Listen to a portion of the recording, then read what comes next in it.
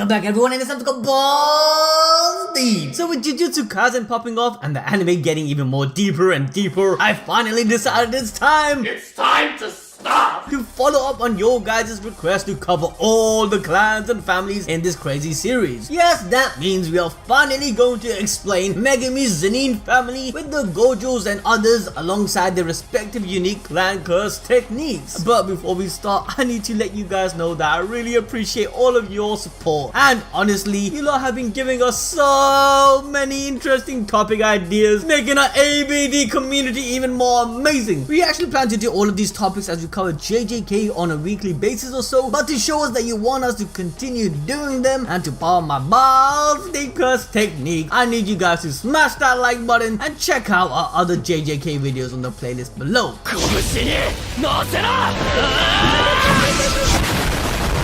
Okay, so Jujutsu Kaisen has many tropes used within the series that caters to the typical shonen trends we are used to seeing. Small things like having two male characters and a female as a lead trio are examples of this, but Akutami always finds a way to make this trope feel fresh and new. And the existence of clans and nobility are another example of tropes, but not in the usual way. The clans of Jujutsu Kaisen are like many shonen manga clans, being based around nobility and status. However, these clans are not the end-all be-all of power within the Jujutsu world, and they themselves have many mistakes and sins that makes their clan members' lives and the lives of other sorcerers very difficult. But to flesh everything out, let's go into all of the clans. First and foremost, there are three main clans that sit at the head of Jujutsu High, with two known clans of lesser status. These clans are the Gojo Clan, the Zenin Clan, the Kamo Clan, the Inomaki Clan, and the Shinkage Clan. There isn't much information on each of these clans, but what we do know is that the three head clans, or also known as the Great Clans, are the Gojo, the Zenin,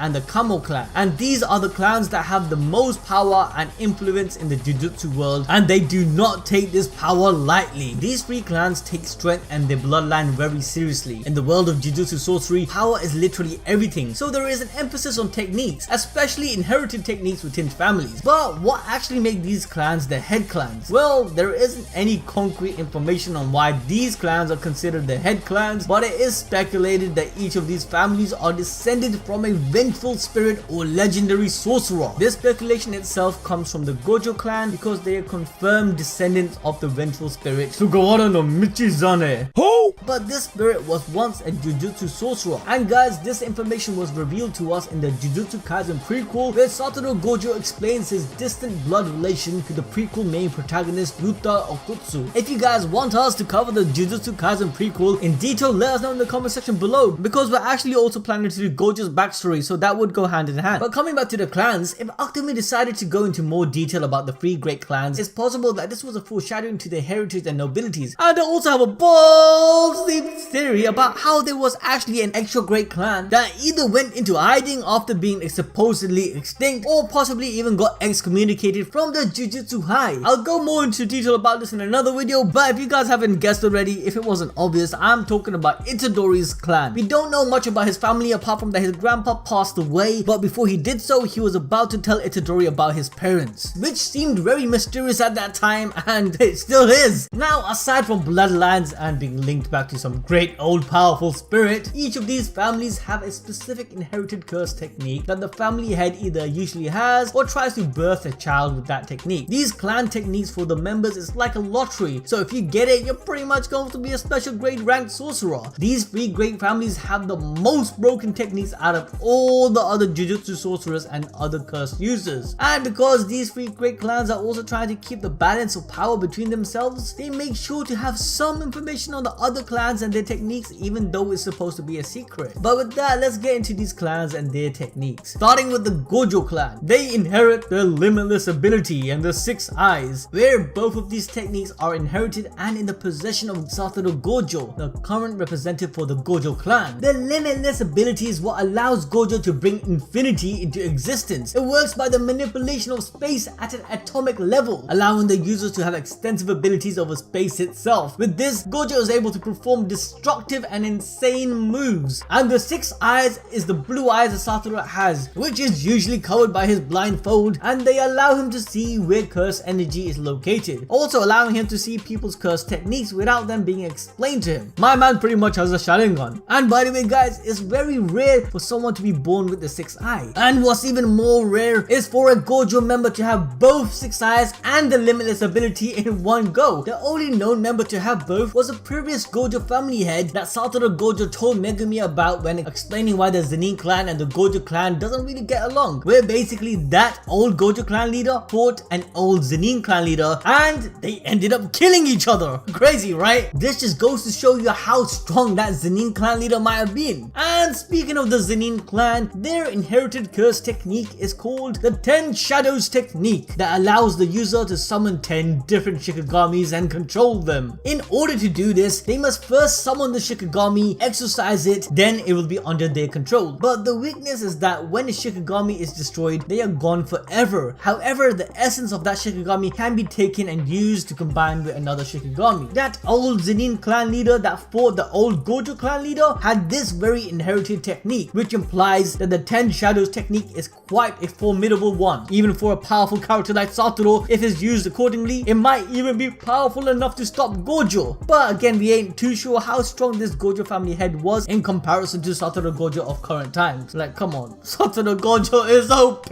My guy, I'm pretty sure no one can beat you. But just a quick addition to this technique, the last and final summon, the 8-handled sword divergent Scylla Divine General Mahoraga was even able to go head to toe with 15 finger Sukuna. Now obviously Sukuna managed to put him down, but it wasn't that easy. And I would say that Mahoraga is comparable to 10 finger Sukuna at ease. So just imagine all the 9 Shikagamis disintegrate and become one and push the essence to one of the Shikagami. Just how powerful will that Shikagami be? Now moving to the next great family, the Kamo Clan. Their inherited technique is called blood manipulation. Yes, they're going all Dead Man Wonderland up in here, but this curse technique is more than simply blood bending, as it allows the user to control their blood, its properties such as body temperature, pulse rate, red blood cell count, and blood composition. It also allows them to control inanimate objects that are in contact with their blood, such as the arrows used by Noritoshi Kamo when he was fighting against Megumi in the Goodwill arc.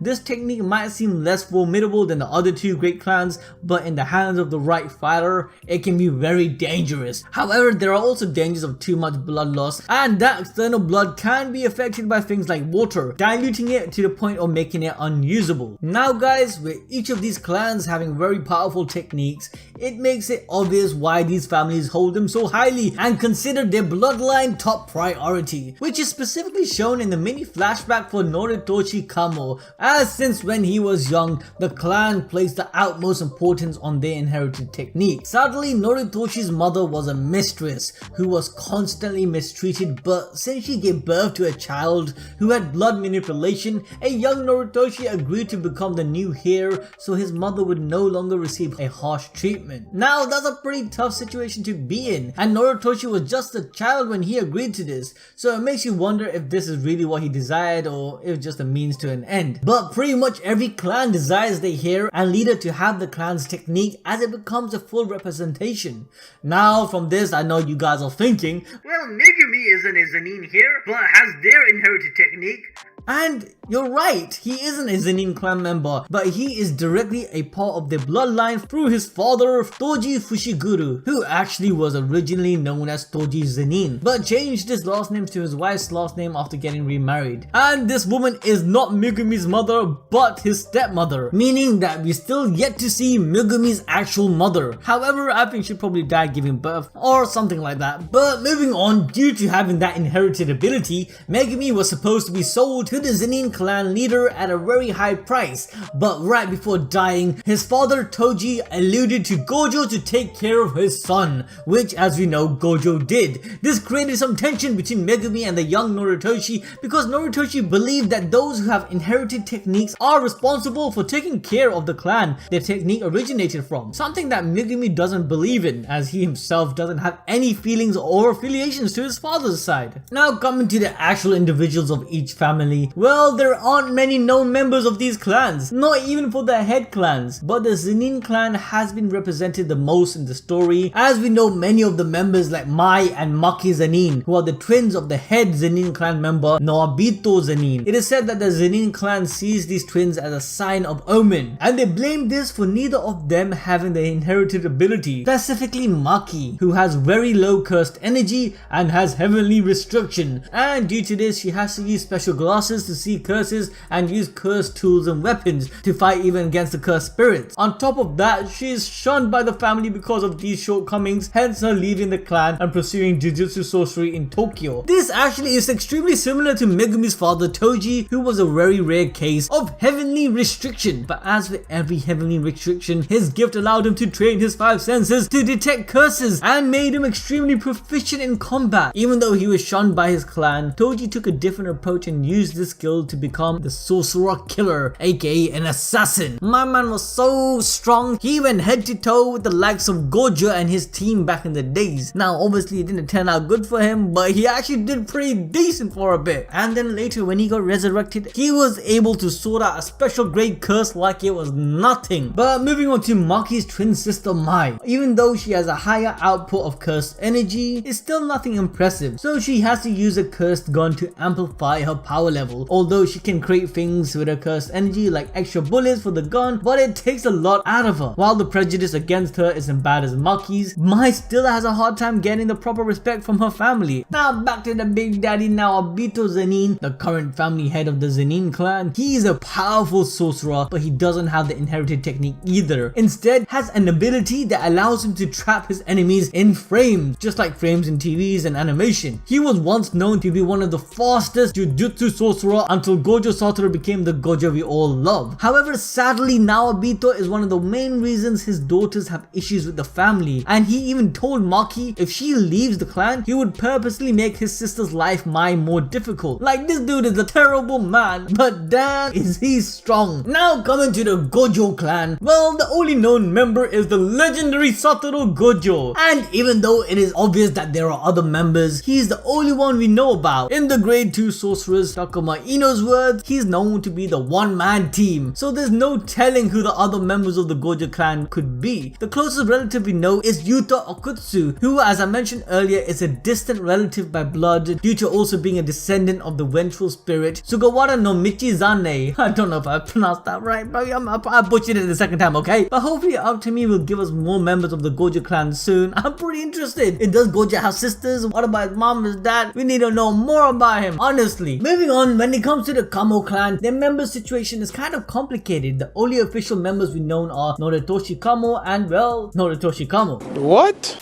Okay, before you get confused, let me explain. There are 2 Noritoshis Kamo within this series. Yes, the first Noritoshi Kamo isn't the student we see Megumi fight in the Goodwill arc, but an old man who was alive over 150 years ago. Not only is he an ancestor of the Kamo family, he was also labeled as the most evil sorcerer in history. Yeah, this old guy was a bad guy, and oddly, they decided to name the young Noritoshi after him. It's very weird. I don't know. Maybe they had some, kink for this guy. But the old Noritoshi was considered so evil because he was conducting experiments on a woman who gave birth to human spirit hybrid children, and he created the death painting rooms. So this is where it gets even more complicated, because those death painting rooms are Choso and his 2 brothers, Iso and Kechizu. As we know, Choso also has the technique blood manipulation, so it's obvious that some of the Kamo family bloodline is what created Choso and his brothers, who use another type of blood technique based on this poison. So basically, Choso and the other death painting rooms are a legitimate Kamo Clan members, and there are also more death painting rooms that are still in the possession of the Jujutsu sorcerers, so it will be interesting to see if we'll get to see more of them later on. And that's pretty much it for the 3 great clans, and there is far less information known about the other 2 clans, the Unumaki clan and the Shingaki clan. But what we do know is that the Inumaki clan is known as the clan of cursed speech users, which is a powerful ability that allows the user to use words to inflict damage or control others. The only known member is Toge Kage Inumaki, and we all have seen his ability used to force allies to retreat and even knock out enemies mid-battle. It is apparently more effective if it catches the target off guard, but it has drawbacks on the user's throat and voice, while also being less effective if the target is stronger than the user. At this point, it is still unknown how many Inumaki clan members there are, or how many of them can use this cursed speech. And now, as for the Shingaki clan, they are also speculated to have been founded by Tadatsun Ashila, which probably again I didn't pronounce correctly, but the Shingaki clan are pretty much the founders of the technique Simple Domain, or New Shadow style Simple Domain, which was created at the height of Jujutsu sorcery in the Heian period. It is a technique that is never to be taught to anyone outside of the clan, and this promise is kept due to the binding vow made to learn the technique, but that is also just an speculation. And for those who don't know what Simple Domain is, well, it's a type of domain technique that automatically neutralizes or counters all cursed techniques in a set area or space. If you guys want to know more about Simple Domain and every other domain techniques, then make sure to check out our video which we did explaining what these techniques are. But in regards to the Shingaki clan, the known members are Miwa Kasumi, Atsuya Kusakabe, and Sadatsuna Ashila. But there are users of these techniques that are outside of the clan like Kokuchi or Mechimaru, who use an imitation of the technique due to an observation of Miwa. Other than the information, there isn't much known about the Shingaki clan or how they operate, but what we do know that the families don't tend to be in a clan or family-like operation. Now that's all there is known about the clans of Jujutsu Kaisen. Hopefully there'll be more of a political arc that'll expand on their relationship and the ancestral history. There are many questions that could be answered, such as who is each of the family's founder, how did they keep the family secrets from getting out, and what is the goal of each family, and why did they seek power so much. But with that guys, I hope you all enjoyed this video. Don't forget to like, leave a comment and subscribe if you haven't for more Jujutsu balls deep content. With that, I'll see you guys till next time.